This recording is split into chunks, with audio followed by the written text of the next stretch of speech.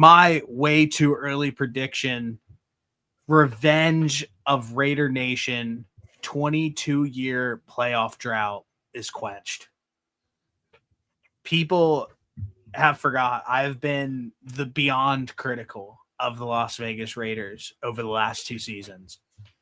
And that's Deservedly because so. they deserved it because they hired Antonio Pierce. And I said it the second that he walked through the door that guy's a fraud. And everybody said I was crazy. But, I mean, let's just look at the receipts. I was right.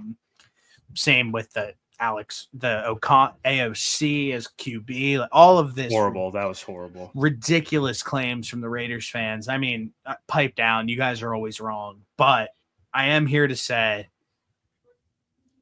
a few months ago, when we talked about what the Raiders were doing this offseason, I was extremely critical. I was just like, they hired Pete Carroll. That makes no sense. Chip Kelly, that makes no sense. Blah, blah, blah, this, that, and the third. The reason I was critical is because I felt like they were in a full-fledged position to rebuild.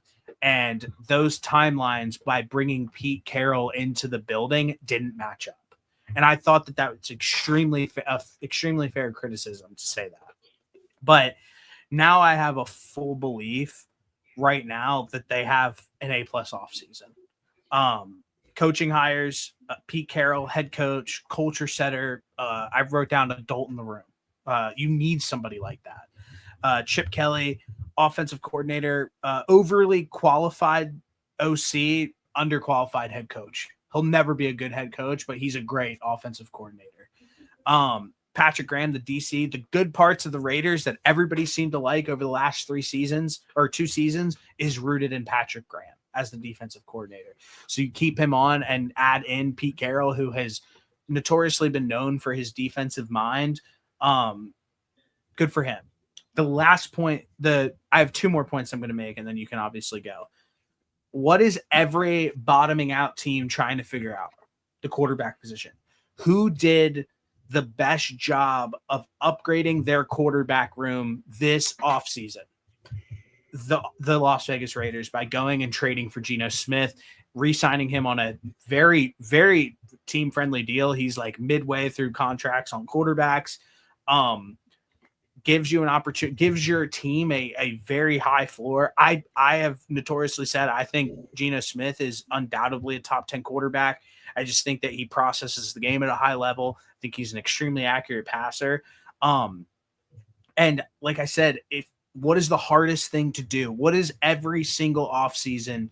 What are we saying about these teams that can't figure out quarterback? Like, what do you do?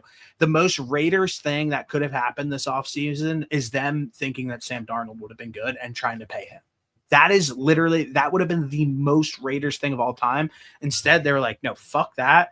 We're just going to go trade for Geno. We know what Geno is. Geno's a good player, and we're going to get him. He's might be a little bit older, but we are in a position now where we think that we can compete. So I think that being able to upgrade to a top 10 player at the position at quarterback might be one of the most undervalued moves that anybody has made all offseason. And then the last thing, and then you can say what you need to say, is the actual blue chip talent on this roster is like extremely slept on, in my opinion. I mean, you go and get Brock Bowers last season, he's a smash hit.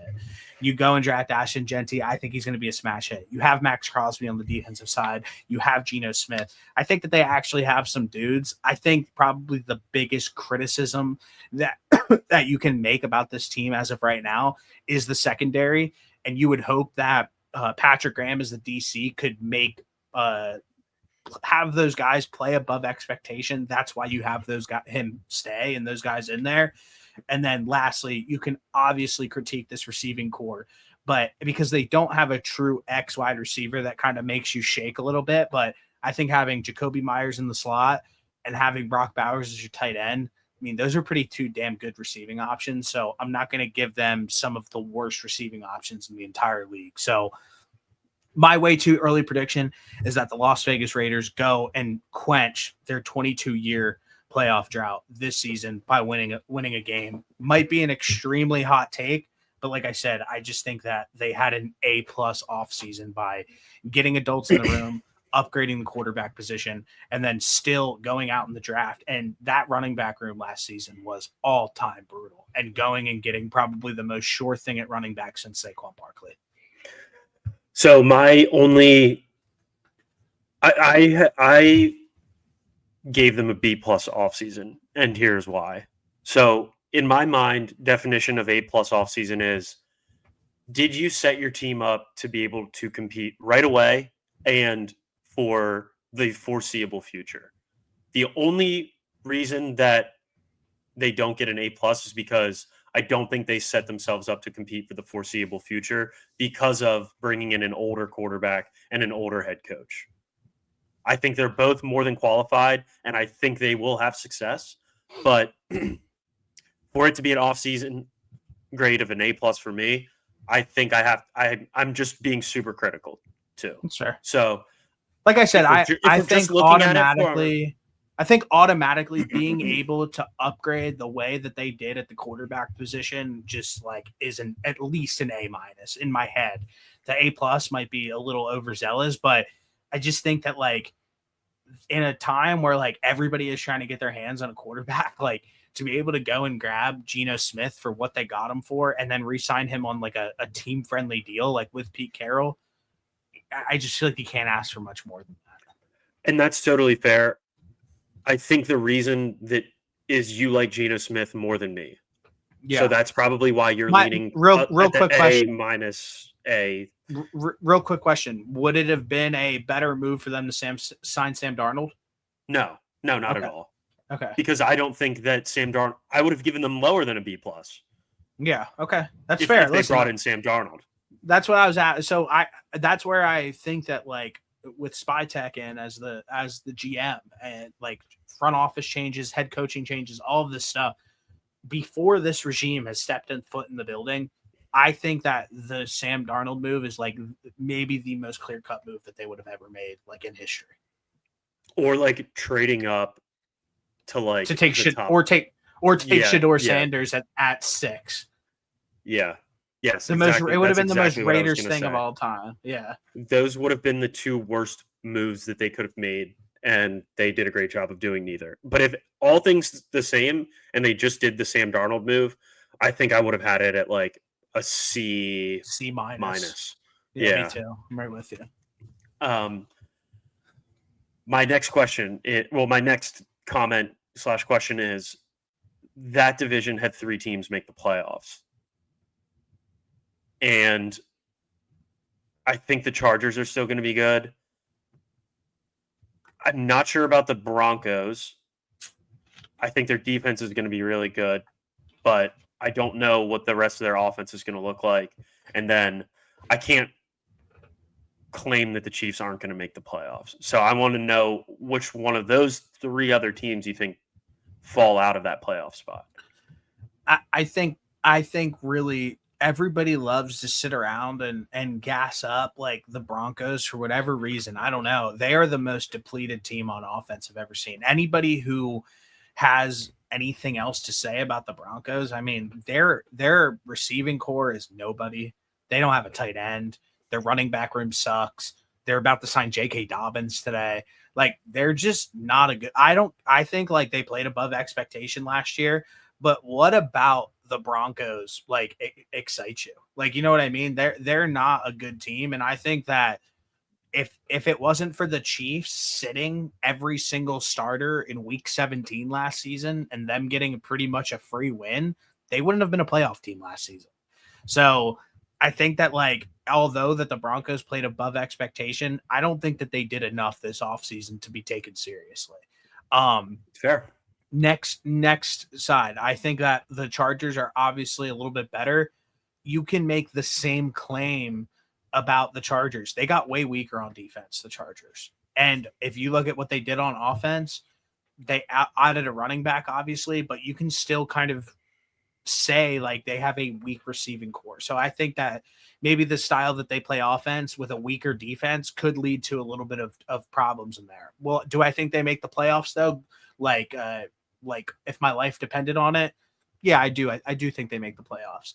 The one team that I feel like is going to just get slated in and everybody's going to be like, they're good, is this Chiefs team who, since Patrick Mahomes has taken over at the helm for the last 8 years, they have made it to the championship round and or the Super Bowl. at some point that catches up to you. When what we saw last season all year, and if you go back and watch our videos, every single week when the Chiefs would win the game, I would come on here and you would back me up. I would be like, the Chiefs stink. They are not good. Their offense stinks. Their defense isn't very good. And every single week they were just squeaking out wins. I think those close one possession games at some point in Patrick Mahomes' career is going to flip the other way. So, and on top of that, I think that they're at a point now where we could see some sort of regression from like a Travis Kelce, the Rashee Rice injury at the end of last season. We have never heard an update about Rashee Rice. I haven't seen him run. I haven't seen anything. Also, on top of that, he has a pending court case where he could potentially get suspended for the beginning of the season for who knows how many games. So you're telling me that's in question as well. Then on the defensive side of the foot, their offensive line, the Chiefs' offensive line it's weak. Regardless of what they did this offseason, I still think that it's a weak unit. Their defense, obviously they have Chris Jones. Chris Jones is also getting up there in age. And then if you look at the rest of that defensive line and their edge rushers, there's not much there. You look at their secondary, they have Trent McDuffie, obviously, but they also lost some people in secondary over the last 2 seasons who were key pieces for them. So I don't want to be like too hot takey, but right now, I just think the Chiefs, if it wasn't for Patrick Mahomes, like people would be like, this is like one of the worst teams like in the division. So I think that and division, Andy Reid, I think that division is going to be extremely tough, but I think that it's going to be a close race. And if there's any team that I think that could regress a little bit, I think it's the Chiefs. And I definitely think it's the Broncos. Like, hang my hat on it. The Broncos aren't making the playoffs.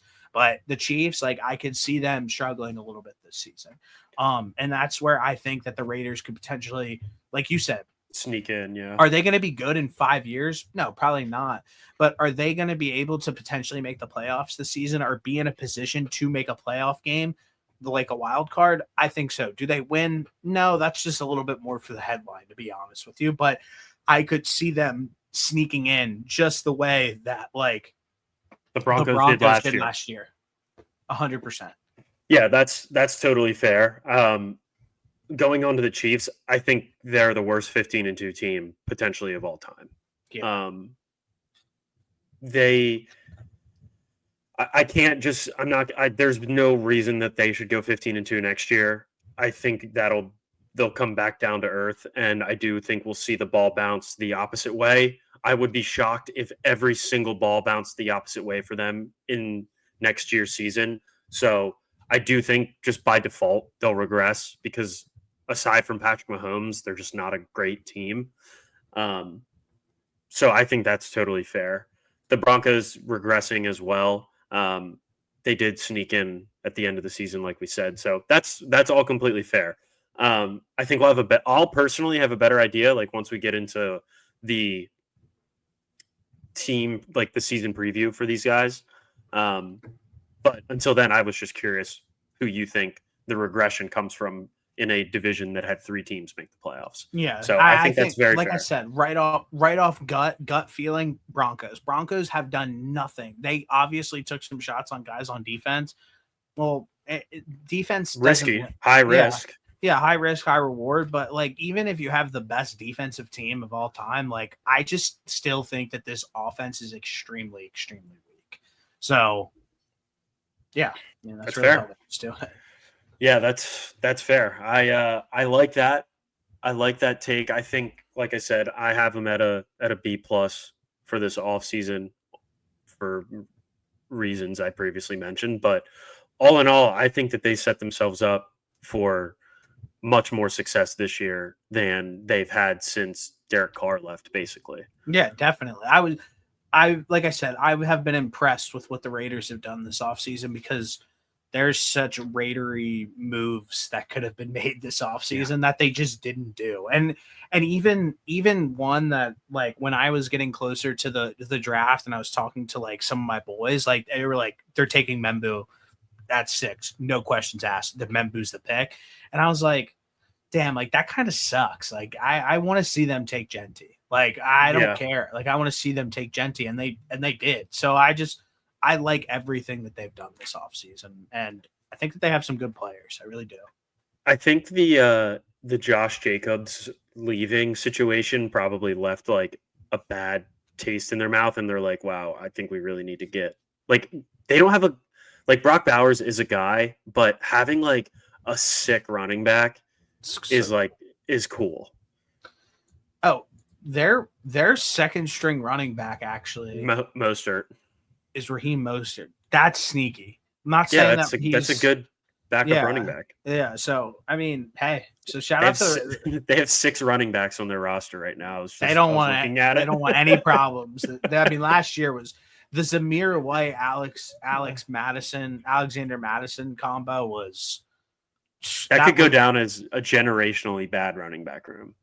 All time bad. Those guys looked like they were running mud. I mean, geez, horrible. Zamir White's still on the roster. He's the number 4. They also going from the starter to the 4th string running back is crazy. Yeah, that means you just suck. But they did draft this kid Jack Beck, wide receiver out of TCU, who's like a slot guy who did some good things at the senior bowl, the senior camp at the end of last football season. So I'll be interested to see how that goes.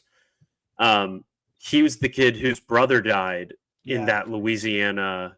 Yeah, brutal drive-by he's a car. Good story. Yeah. He has a good, and I like the way that he like presents himself and everything. Like he seems like a good dude. Like that's a terrible story, but I like the way that he has him living on with everything as well. So absolutely. They also brought, I don't know if we talked about it, but the Alex Kappa move and bringing him in and putting him at guard. Why not? Might not be a bad move. Why not? They just add more people, add some beef along the offensive line. That guy's played in a ton of big games. Yeah, completely agree. I just spit it. Good girl, we're getting paper as a passion. Collect the stacks and bring it back, man, and take